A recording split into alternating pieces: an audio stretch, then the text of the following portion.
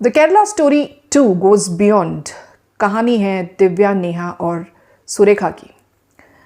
इस बार कहानी केरला से बाहर भी गई है।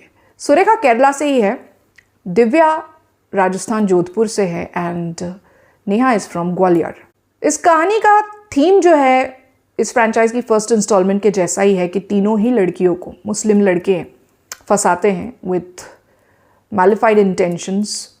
कोई ऑर्गेनाइज्ड टेररिस्ट एक्टिविटी के तहत डेमोग्राफिक चेंजेस लाने के लिए हिंदू लड़कियों को टारगेट कर रहा है, ऐसे दिखाया है। वहीं कोई मुस्लिम लड़का हिंदू लड़का होने का नाटक करके एक हिंदू लड़की को फंसाता है टू अर्न मनी, और उस लड़की को फिर बहुत ज़्यादा टॉर्चर किया जाता है और उसको फोर्स्ड प्रोस्टिट्यूशन में उतार करके नाजायज़ पैसा कमाने का एक ज़रिया बनाया जाता है। वहीं तीसरे इंस्टेंस में ये बताया गया है कि कोई ऑर्गेनाइज्ड टेररिस्ट एक्टिविटी नहीं, कोई पैसे कमाने के उद्देश्य से नहीं, बट जस्ट हिंदू समाज के प्रति हेट्रेड। मुझे यही समझ में आया। एक कारण ये बताया गया है कि सिंपली एक हेट्रेड या बस कन्वर्ट करना है, हिंदू से मुसलमान बनाना है, उसी उद्देश्य से लड़कियों को फंसाने की साजिश तीसरे इंस्टेंस में होते हुए दिखाई गई है। तो क्या ये तीनों लड़कियां बच पाएंगी? इनका क्या अंजाम होगा? क्या ये फिल्म एक प्रोपेगेंडा है मुस्लिम समाज के अगेंस्ट, या लोगों में अवेयरनेस और कॉशनरी मोड में लाने वाली फिल्म है? सो क्या है मेरी राय the Kerala story 2 goes beyond के बारे में, जो इसकी फर्स्ट इंस्टॉलमेंट थी इस फ्रेंचाइज की। उस फिल्म से ये फिल्म 100 गुना अच्छी है। First remark, screen play, film की कहानी और उसका एग्जीक्यूशन ऑडियंस के साथ कनेक्शन बनाता हुआ बिल्कुल लग रहा है।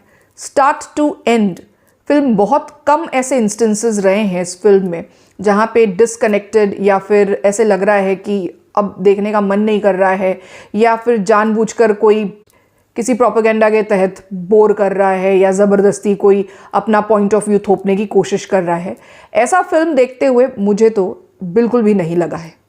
इस फिल्म को मैं एक इम्पॉर्टेंट मूवी कह रही हूँ क्योंकि ये फिल्म पेरेंट्स को कॉशन करना सिखा रही है कि अपने बच्चियों के साथ ट्रस्ट ब्रेक ना होने दें।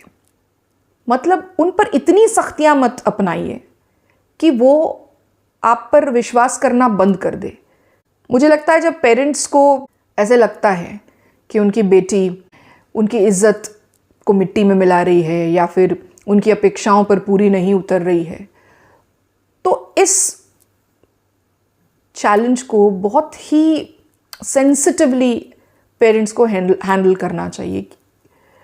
क्योंकि जब पेरेंट्स और बच्चों के बीच में, खास करके हम बेटियों की बात कर रहे हैं यहाँ पे, वो ट्रस्ट अगर ब्रीच हो जाता है, बेटी को ऐसा लगने लगता है, बच्चियों को अगर ऐसा लगने लगता है कि उनके पेरेंट्स उन्हें समझ नहीं रहे हैं, उनकी बात को बहुत ही डीवैल्यू किया जा रहा है और उन्हें समझा नहीं जा रहा है, तो वो बहुत ज़्यादा वल्नरेबल हो जाते हैं। और बाहर बहुत सारे ऐसे मॉन्स्टर्स बैठे हुए हैं, किसी पर्टिकुलर समाज के ज़रूरी नहीं हो, हर बार ही हो, बहुत सारे ऐसे मॉन्स्टर्स बैठे हुए हैं जो इनका शिकार कर लेंगे, जो इनको बरगला देंगे। सो ये फिल्म हर पेरेंट को देखनी चाहिए, बच्चियों को भी देखनी चाहिए, किस तरह से मुसीबत में फंसने से बचा जा सकता है, क्या क्या इंडिकेटर्स हो सकते हैं, क्या क्या रेड फ्लैग्स हो सकते हैं और उन्हें किस तरह से आइडेंटिफाई किया जा सकता है। इस बात से कोई इनकार तो नहीं कर सकता है कि इस फिल्म में जो फोर्स्ड कन्वर्जेंस की बात बताई जा रही है, फोर्स्ड डेमोग्राफिक चेंजेस लाने की जो बातें बताई जा रही है, ऐसी रियल लाइफ घटनाएं नहीं हुई हैं, ऐसा कुछ एग्जिस्ट नहीं करता है, इसको कौन झुटला सकता है। बट सारे ही मुस्लिम लोग ऐसा करते हैं, ये भी सच नहीं है। इस बात को भी इस फिल्म में रखा गया है। 2 कम समय में इसको कवर किया है, बट बहुत इफेक्टिवली इस बात को भी इस फिल्म में रखा गया है। दिव्या, नेहा और सुरेखा की कहानी इतनी ज़्यादा दर्दनाक तरीके से बताई गई है, और बताने का तरीका भी जो मेकर्स का है, स्पेशली डायरेक्टर कामाख्या नारायण सिंह ने डायरेक्ट किया इस मूवी को इस बार। उन्होंने काफ़ी बेहतरीन अंदाज से कहानी को पेश किया है कि तीनों ही पात्रों के साथ आप सहानुभूति से जुड़ जाते हो, कनेक्शन बिल्कुल एस्टैब्लिश होता है तीनों ही लड़कियों के कैरेक्टर्स के साथ।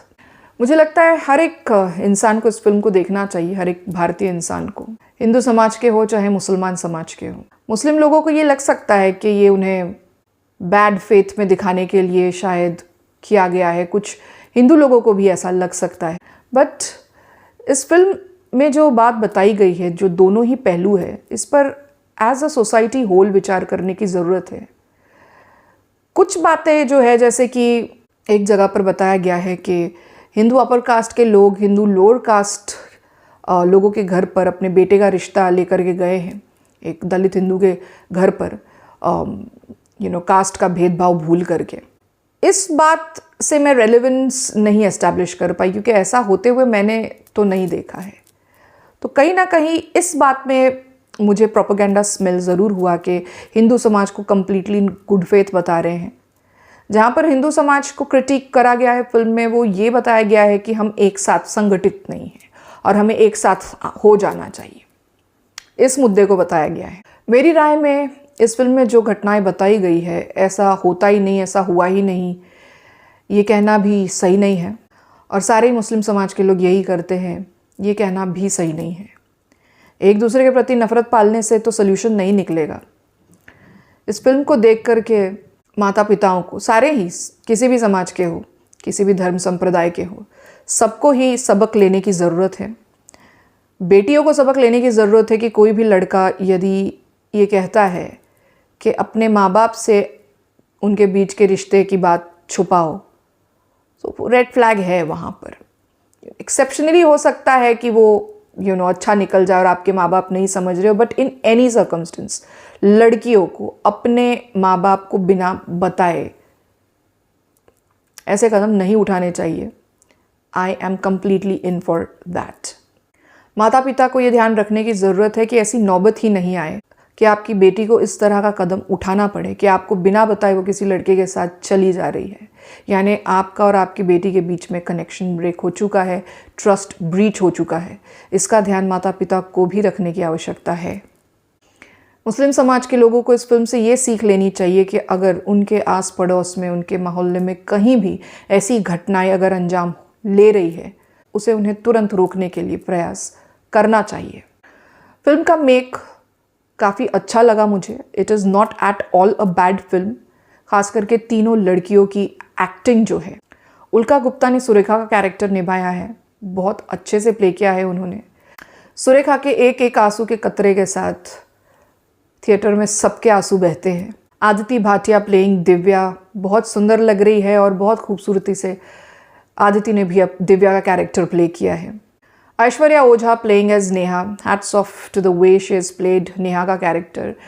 एंड बहुत दर्दनाक चीज़ें इनके साथ, इस कैरेक्टर के साथ होती हुई दिखी है, बट बहुत ब्रेव दिखाई है नेहा इस फिल्म में। द केरला स्टोरी जो फर्स्ट मूवी थी और the Kerala story 2 goes beyond को अगर मैं थोड़ा कंपेयर करूँ तो फ़र्क मुझे ये नज़र आ रहा है कि द केरला स्टोरी का जो मेक था वो काफ़ी अनरियलिस्टिक सा लग रहा था मुझे। थीम उनका क्लेम ज़रूर है कि मतलब रियल लाइफ इंसिडेंट्स पर बेस्ड है, बट उसका मेक मुझे काफ़ी कम्प्लीटली फिल्मी बुकिश ऐसा लगा था, just for the sake of. मुझे उसका मेक उतना पसंद नहीं आया था। But the Kerala story 2 goes beyond का मेक, डायरेक्शन, स्क्रीन प्ले बहुत उम्दा है, क्योंकि ऑडियंस के साथ आखिरी पल तक कनेक्शन बना रह रहा है। On the basis of connection I am saying that कि ये फिल्म किस तरह से ऑडियंस के साथ जुड़ रही है।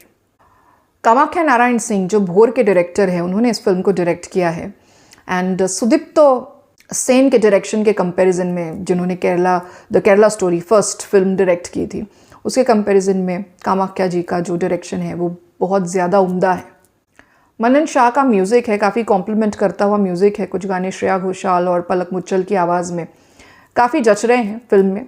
गणेश आचार्य जी की कोरियोग्राफी है। दिव्या का कैरेक्टर जो है वो डांस, वो पैशन है दिव्या का, ऐसा दिखाया गया है। तो वहाँ जो कोरियोग्राफी दिखाई गई है वो गणेश आचार्य की है।